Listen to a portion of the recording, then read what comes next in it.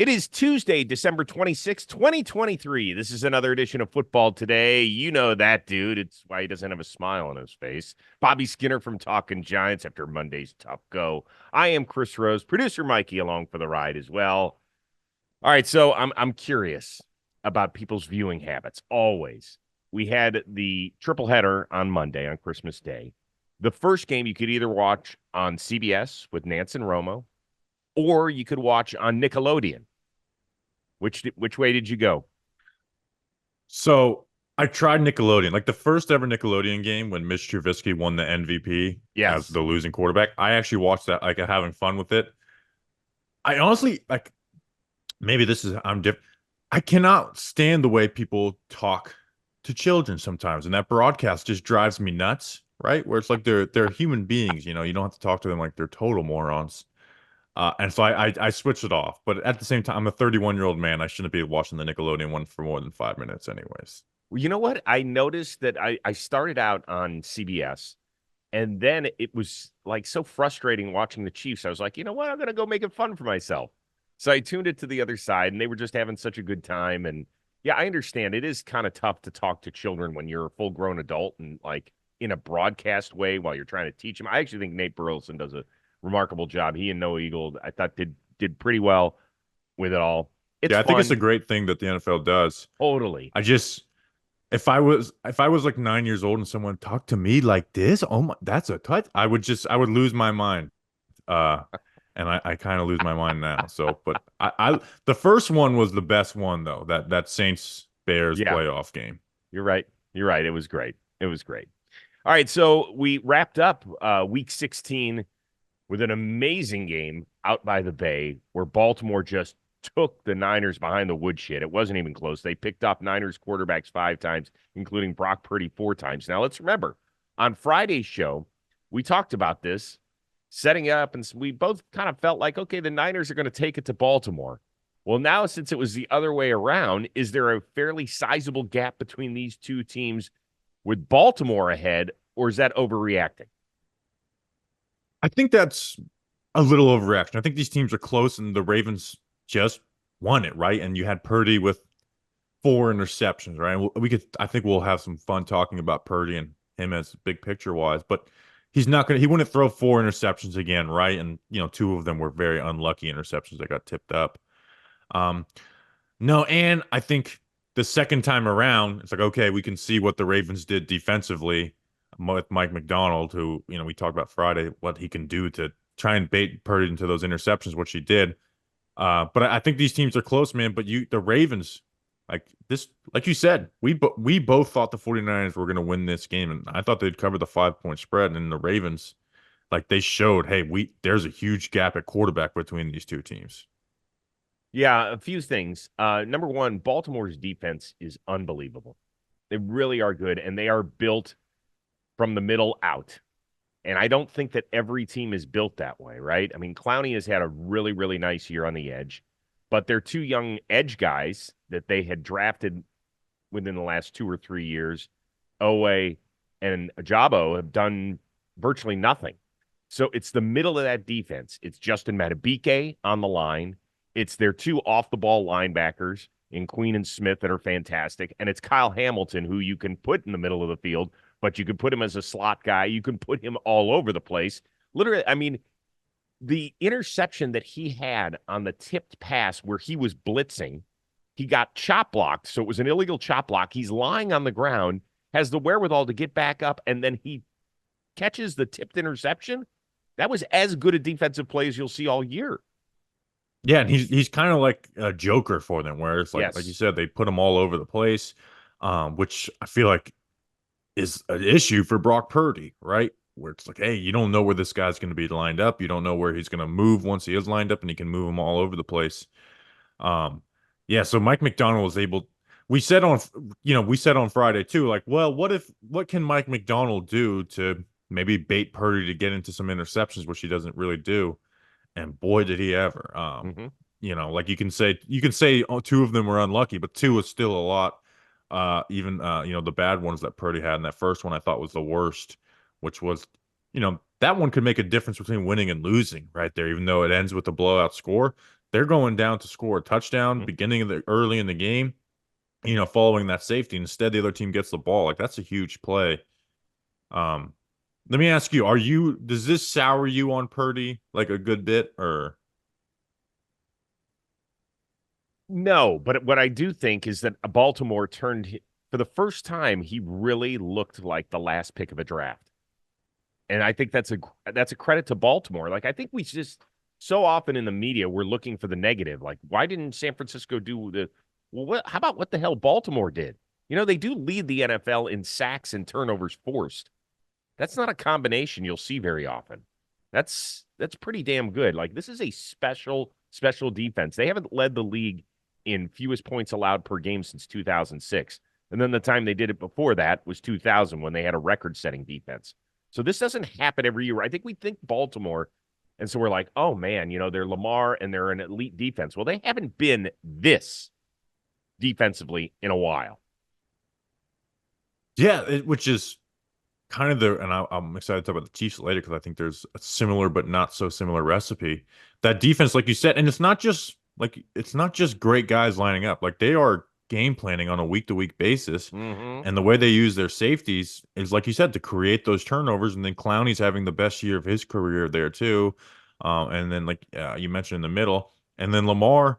We'll talk about him a little more in the second. Is like showed the gap, right? His ability to escape and let guys open was the difference between winning and losing, right? If Lamar doesn't, escape and extend plays and then use his legs, like they had a bad offensive performance too, but it shows the difference maker that he is. Here's the thing: we've talked now about Lamar's record against the NFC. What did he improve to 20-1, I think, in his career? Mm-hmm. And so if they get to the Super Bowl, we'll be hearing that ad nauseum, right? Your Giants are the only team to Yeah, take care just of them. better to hope those Giants don't show up to the Super Bowl Right. with Lamar Well, Jackson. actually, now it's official. Sorry about yesterday. So, Well, yeah, we I might think Lamar, protest the end of that game, but anyways. sir, I get it. I understand. Um, but I think that the hardest thing for them will be getting through the AFC because there are a bunch of teams that have seen Lamar a lot. And so if we keep hearing that the toughest thing about Baltimore is game planning for them and Lamar in particular, there are some teams that they could run into come postseason time where there is familiarity with Lamar and with this defense. That doesn't necessarily mean that Baltimore won't waltz to the Super Bowl, but I'm just saying. And we'll get to that in just a minute. But let's focus a little more on the Purdy and Lamar and some other players discussion. With Purdy picked off 4 times and Lamar shining on Monday Night Football, is he now the front runner, Lamar Jackson, for the MVP? He is. But to me, this is another reason why I think Tyreek Hill should win it. Had 9 catches, 99 yards, game-winning drive. They play off of him. He gets a pass, eats up that cushion first down. They play man coverage. He takes a screen first down. But at the end of the day, it's going to be given to a quarterback. And right now, Lamar is the front runner, which is this is going to be one of the worst statistical seasons of like Mm-hmm. a MVP. Like Lamar's 15th in yards per game. He's 14th in passing touchdowns. You include rushing touchdowns, he's still 11th, 7th in QB success rate, 8th in QBR, which measures everything. Um, like including the rushing. Like it's gonna be one of those seasons, just like the best quarterbacks haven't. Like Josh Allen is actually kind of having an MVP season, but they're not winning, and so he's not part of that. Patrick Mahomes is having a down year. Jalen Hurts has a lot of turnovers, even though he has like 9 more rushing touchdowns than him. Uh, yeah, I would say he is because who else do you give it to? And then Dak loses 2 games in a row. So he's probably the front runner. CJ Stroud gets injured. I think he is, right? Well, why can't it be Christian McCaffrey? I mean, McCaffrey had a huge night last night. He just didn't touch the ball enough. He still had 100 yards on the ground and a touchdown. He had 6 catches. They limited him to 28 yards. So good job by Michael McDonald and that crew. Um, why can't he be the MVP? Because they don't give it to they don't like I'm the same reason Tyreek Hill won't be the MVP is not a quarterback. And I think even if people But were a little more that's a willing that stupid reason. they would split. I agree. I agree with you 100%. It's just not going to happen unless he has like 200 yards per game these last, or 300, has like 500 total yards in the last 2 games. Like it's just they're gonna give it to a QB, which is I think is a sad state of affairs of the MVP award. Yeah, I mean, to be honest with you, I think that it's the narrative has always been if you're a quarterback and you win the MVP, the next time you win the MVP, you damn well better be pretty much what you were the first time around. And I love watching Lamar. I think he's awesome. I love listening to him after games and all that sort, and I love what he brings to the team because he is the best player on the field usually.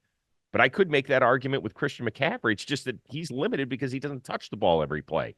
So but when he does touch the ball, he is as big a game changer as Lamar Jackson when he has the ball in his hands, to me. Yeah, he's amazing. So you would go McCaffrey over Tyreek? I would. I would because I think that he can beat you in multiple ways. You can run in between the tackles if you need to. If you need to grind out a win late in the game and run a 4-minute offense, he's the guy that can do that. If you need to split him out wide, you need to put him in the slot. You need to run the screen game with him. There's so many ways that he can affect the outcome of the game, right? Like if the Dolphins need to run a 4-minute offense, most likely they could run a bubble screen to Tyreek. They could, but I don't know if that's the way they're going to do it. But you need to rely on Christian McCaffrey to get your first downs with a 6-point lead. Yeah, it's we're split. We're talking about two great players, but Exactly. I think of like the end of that game was huge. That Dolphins Cowboys game is fucking huge, and the Cowboys had no answer for him. Like they play off coverage, and he kills them. He kills the cushion. They play man coverage. They throw a screen and convert that way and get into field goal range. And you talk about 4-minute offense, like. I feel like he does change that a little bit because you can't just stack the box and say, hey, they're going to run so we can just play it this way. Because, like, if you leave a one-on-one, anytime a team's left a one-on-one with Tyreek Hill and not really given favorable safety help, the Dolphins automatically like, all right, here we go. And it works. So I feel like Tyreek Hill's year has been a little more outstanding than McCaffrey, and I think that's going to hurt each other, right? If it was just one of these guys having, right, then I feel like the MVP talk for them would be a lot greater. But I feel like they're going to they're like what we're doing right now. Instead of us both being like, hey, this is not the year to give it to QB, let's give it to this guy. We're split between it, and that's why it's going to go to a quarterback. And I think if Lamar ends up winning it the Thursday before the Super Bowl at NFL Honors, we're all going to be like, yeah, okay. But I don't think anybody's going to be like, absolutely, yeah, he crushed it. I think we're all going to be like, yeah, because no other quarterback was that much better than the guy who is always super consistent. And that's the thing about Lamar. Even his bad games, they aren't Brock Purdy 4-interception games. And the Ravens are still usually in the game. Last night, the Niners really weren't in that game in the fourth quarter. I never really answered your question about if I've soured on Purdy. I don't think so. I don't think so. I think he had a terrible game. I think he made some horrible mistakes. He ran once to the right and then threw back across his body, and the ball got tipped and picked off. And that's a terrible play. You don't ever make that play. Okay? See, I actually kind of love that though, because that's like the plays we like. If George Kittle catches that instead of tips it up, we're talking about, man, these are the big time throws quarterbacks make, and it just went against him this way. No, there were some other big time throws. He had one that Kittle dropped, which I thought was an amazing throw toward the sidelines. But yeah, I mean, he still makes really good plays. And guess what? This is something good for him because it wouldn't shock me if in 6 weeks these two teams are squaring off again out in Las Vegas, and we'll see what he learns. Like, that's the great thing, is that he hasn't had that opportunity yet to learn from his mistakes. Last year, they lost in the NFC Championship game in which he played 3 snaps. So we haven't needed to see him rebound from massive adversity yet. Lamar Jackson's had that shot, right? He's won the MVP, and then he gets knocked out in the first round of the playoffs. So we've seen him have this chance, and we've seen him have a chance to grow, and we weren't ready to say, oh, the Ravens should move on from Lamar Jackson. Like, that's ridiculous. Yeah, I there's just because Brock Purdy and because the conversation around him probably got a little overhyped. There's a lot of people who want to tear him down. I don't come away from now. He did play bad, but I view this as like, hey, this is a good quarterback who had a bad game, right? Yes. Like they stopped them from throwing the ball 20 plus yards. That was the Ravens, a lot of their game plan. So they didn't attempt it. But Purdy still took it. Like he was 9 for 11 on those 10 to 20-yard throws, which I think tell the story of a quarterback. And you look, I mean, Lamar didn't complete a pass over 20 yards either. Um, but what Lamar did yesterday in that game was special. Like I feel like that, even though it only led to 3 points, that end of the half drive just kind of showed what Lamar does, right? Scrambled, he hits Charlie Kohler for a 17-yard Yep. pass, and then has the 30-yard scramble that gets him in the field goal range. I feel like that drive does show you the difference of, two QBs for the two, what were the two one seeds coming into this week. And I think that Lamar Jackson has developed so much as a passer that has just opened up the entire game for him. Oh, Really. I mean, it's absolutely. And he did last year too, but he just got hurt, right? Like right. he was actually having a better statistical year last year and he got Yes, hurt. he was. Yeah. And that's the difference is that actually the previous 2 Decembers he hasn't been available. So now he's available, and now we see what this Baltimore team is all about. I mean, they made the playoffs with Tyler Huntley throwing 2 regular season touchdowns or something last year. That's Pro And Bowl Tyler Huntley to you. yeah, that's my bad. My bad. I always have to introduce him that way. It's like once a professor, always a professor. My fault. By the way, Jackson, I know we don't talk stats with Lamar Jackson. We shouldn't. This one's impressive. He is now 6-0 in his career against top 5 scoring defenses on the road. That's sometimes we make up these stats. That's actually like an insane stat. Like And they're that's averaging 26 points per game. think about how many Like, conversations we have with teams, especially this year, where it's like when they play a good team, they don't show up. And then Lamar has done the exact opposite of that. yep, He almost steps up his game in those moments to me. he's awesome. He's awesome, and they're awesome. And John Harbaugh is a Hall of Fame coach to me. He's Absolutely. great. Chiefs, meanwhile, whoo, they got problems. They fell to 9-6 after Monday's loss to Las Vegas. Even though they still have the inside track to winning their 8th straight division title, are the champs officially toast when it comes to Super Bowl aspirations? You know what? I'm going to say no. They still have the number What? 2 scoring defense in the NFL in Patrick Mahomes. And when you have that, you always, always have a chance in the NFL. If you have your defense right and you have, what I to me, the best quarterback in the NFL, despite having a lot of turnovers this year, you always, always have a chance. When the playoffs, when guys are more dialed in, coaching's more dialed in, players on defense are more dialed in, they've got the guys to hang with anybody, and they've got the quarterback who can go toe to toe with anybody. I don't, but they are a mess right now. I'm going to say yes. And not just for the sake of saying yes. I watched that game, and I have now seen in the last 3 or 4 weeks things out of this squad that we have not seen since Patrick Mahomes took over. They have become a whiny group. Every time something's wrong, they're looking at the refs. It's like guys in the NBA when they're driving down the lane and they don't get a call. It's hands up all the time, right? That's what the Chiefs have turned into. And I cannot believe that this is the way it's gone for them. But it's because you can see so much frustration in Mahomes' face every time that a ball bounces off of a guy's hands. Now he knows he's going to have to go to the podium and he's going to have to publicly support a guy who he is maybe 50-50 on when he throws him the ball. That's where Patrick Mahomes and this offense is. They are impossible to watch. Yeah, they're tough right now. 5 interceptions in the last 4 games, and again, that's not all Mahomes. There's passes that popped up, but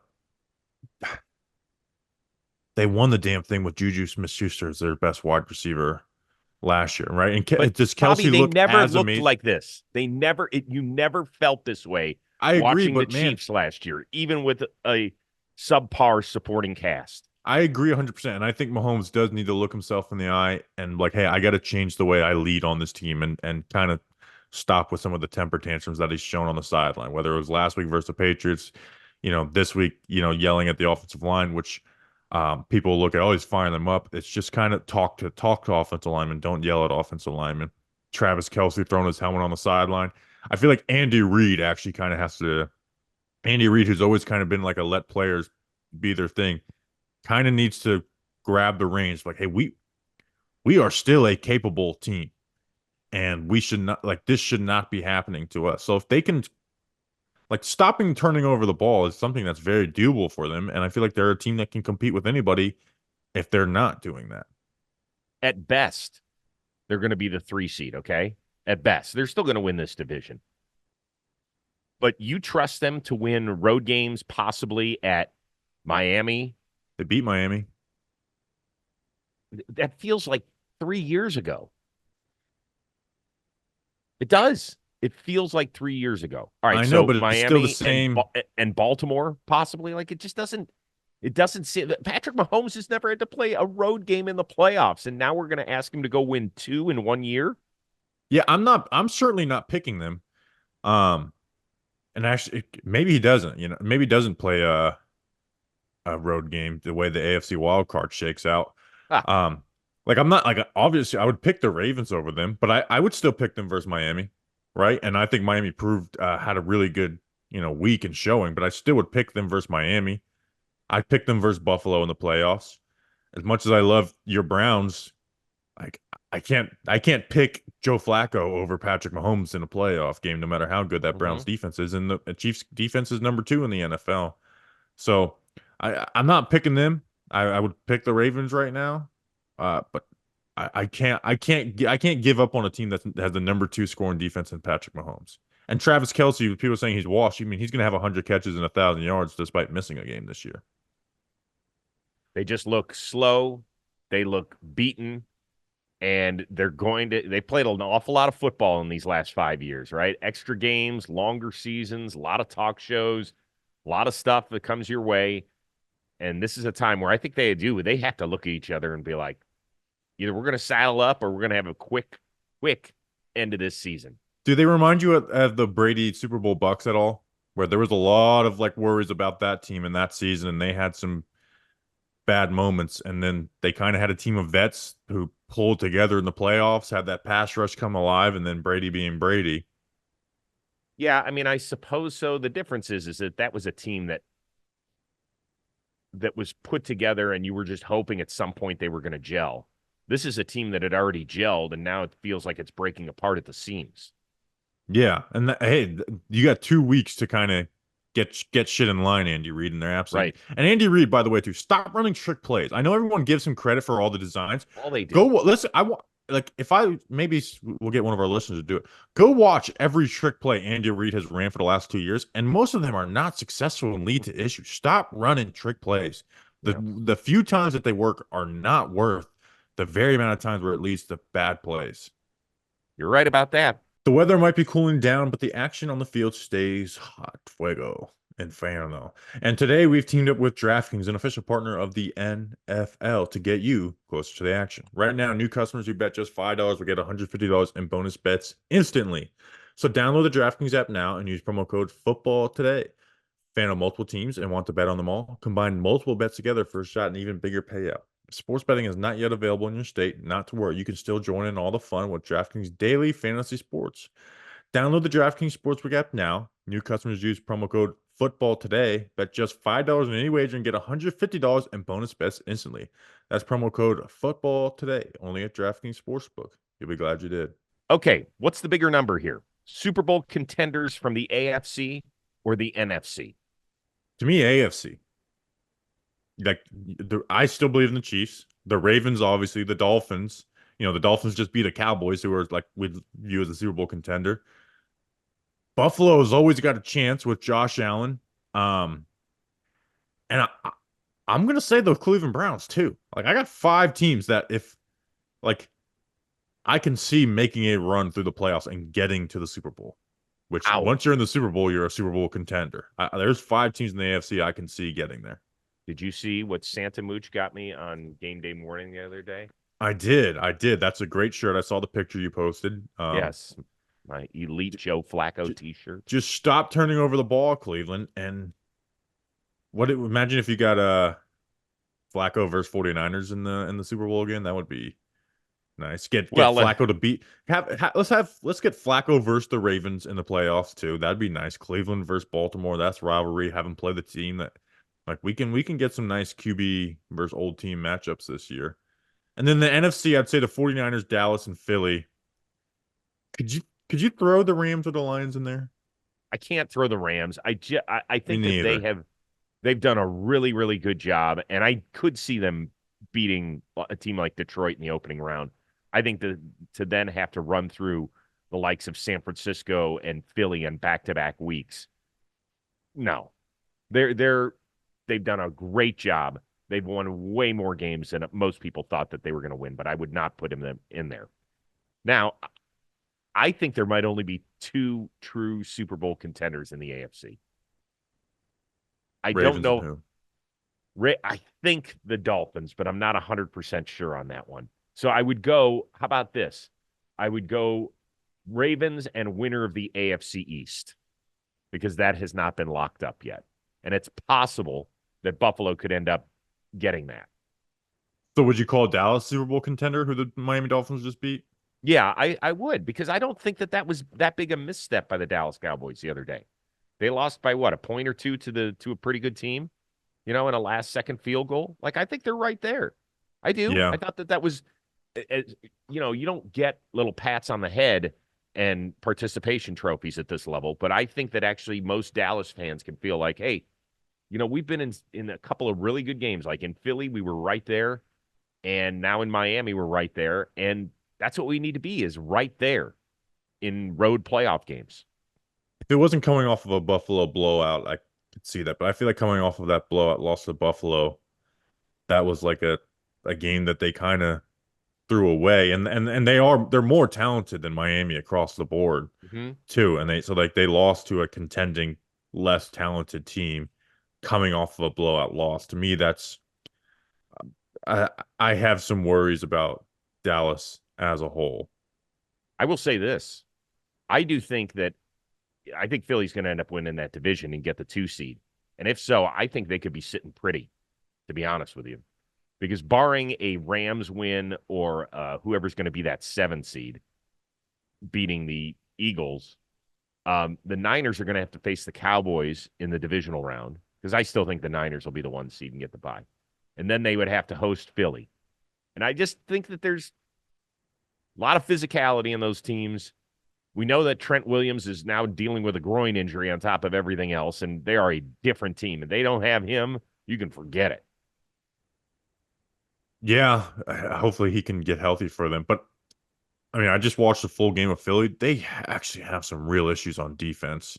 They And do. I don't think Matt Patricia might be making them worse. Some of their personnel usage was very weird yesterday in that game. Um, they don't have linebacker. Like Darius Leonard has been bad, or Shaq Leonard has been bad for them. Yep. Like he made some big mistakes. Their safeties are a disadvantage to them, and their corners are injured and not playing to the level they played last year. Mm-hmm. There's some real issues on there. Despite I still think their pass rush is pretty damn good, despite not getting all the sacks they got last year. Well, remember, we started the show talking about the strength of Baltimore's defense being right up there in the middle. You get past that front line where they can rotate some real studs in there in Philadelphia in the interior defensive line. Their linebacker safety combo, you're right. That's an area where they're going to have to improve in the offseason. All right, last thing. Kudos to the Detroit Lions. They did clinch their division for the first time in 30 years. Back then, it was the NFC Central. Now it's the NFC North. Are you shocked that Dan Campbell has led this massive turnaround in Motown? Halfway through last season, I would have said yes. After I went down, me and Justin went to Detroit and spent a couple of days at Detroit Lions practice and talked with people that work in the building and stuff. Every team talks about culture. I think it's the most annoying fucking thing that coaches and fans and shit talk about. They've truly installed a different culture in Detroit. They fucking compete, man. You watch them guys go and you watch them like practice versus the Giants, and it was 2 different practices. They fought every special teams, offense, defense. They are getting at it. And so I don't think any of us view them as a Super Bowl contender, right? But they've gotten the most out of their talent, right? You won 3 games in 2021, and you didn't just win 3 games. It was ugly. It looked horrible. Everyone was calling Dan Campbell a failure, including myself. Then 1-6 to start last year, one of the worst defenses ever. And then, you're 4-19 as a head coach, 19-6 since then, man. They've instilled to me a real culture there that I think once they continue to grow that talent, that could be a long-running organization that continues to make the playoffs. Well, it's interesting. When Dan Campbell was up for jobs, he had what? He was the interim in Miami for a Yeah. quick second and all that. But when he was, I believe, an assistant in New Orleans, and you heard he was up for jobs, I was like, does Dan Campbell even own a suit? Like, is this really going to happen? I was like, that meathead, big blocking tight end out of Texas A&M, that dude? Because I just didn't know him. And guys were like, no, man, like guys love him. I was like, okay, good. And then you heard the introductory news conference with the whole biting the kneecaps thing and wasn't going to get out of that. And then they don't win any games or, the first half of his first season. And then I thought last year that back half of the season was as impressive a coaching job as we had ever seen. And it culminated with that Sunday night win on the road at Lambeau Field, where his team had literally been knocked out of the playoffs an hour earlier. An hour earlier when Seattle came back to win a game. They could have just lied down and said, you know what, fuck it. We had a great run. We're going against Aaron Rodgers. They treated that like a playoff game, man. And that showed me something. And then they just carried it into this year. And I expected them to waltz to the division title, even if Kirk Cousins had been healthy. I just didn't see enough talent in the rest of this division to compete with these guys. But kudos to him. You're right for setting the tone. But boy, no team has nailed the draft more so than this team in the last 3 years. Go look at what they've done on the offensive and defensive line starting in 2021. Last year, they added to it. And then this year, what they have done, their top 4 picks are studs, man. Studs. Jahmyr Gibbs, Jack Campbell, Sam Laporta, Brian Branch. Brian Branch. Those guys, we're not talking about contributors. We're talking about studs at the top of the pecking order. Oh And yeah, so, like some of the best players on their team. And they still have a lot of holes, right? Like I was texting one of my friends who works for the Lions, and I was like, is that Giants couldn't make the 53-man roster cornerback Khalil Dorsey getting burnt? Like they're having to start some really bad players because they still are far away as a team building from a team building aspect of like being, good and having depth across the line. But like you said, they've continued to do well in the draft. Even guys like Malcolm Rodriguez, right? Not world beaters, but like guys who you right. could come in and have start for you and play for you. Alex Anzalone, who's been in the league for a while, playing his best ball over there. Um, even though Jahmyr Gibbs has taken a bigger role, David Montgomery's a contributor there. Amon-Ra St. Brown, like think about how great of a pick that was. They've really done well. They've gotten the most out of Goff. And I am very excited for the city of Detroit to get back into the playoffs. Yep. Yep. It'll be interesting to see what they do at that quarterback position moving forward, right? Because Hooker did they opened his 21-day window. They activated him. They cut their kicker, Ryler Patterson, because they wanted that kid to get snaps and be a part of this. I wonder if they think that he's the guy or not. But we'll see. We'll see. For now, it's Jared Goff, and they're in the playoffs, and they're going to be hosting a playoff game for the first time in 3 decades, which is really, really cool. All right. We're back at it again on Friday. Maybe we'll be talking about another team clinching a playoff berth on Thursday night. I'm not going to mention that, but maybe I'll mention it. And then we'll set up week 17 as we are inching closer to the finish line. Hope everybody had a good holiday. We will see you in a few days for producer Mikey and continue to consume the Talkin' Giants world led by my man Bobby Skinner. I am Chris Rose. We will see you Friday on Football Today.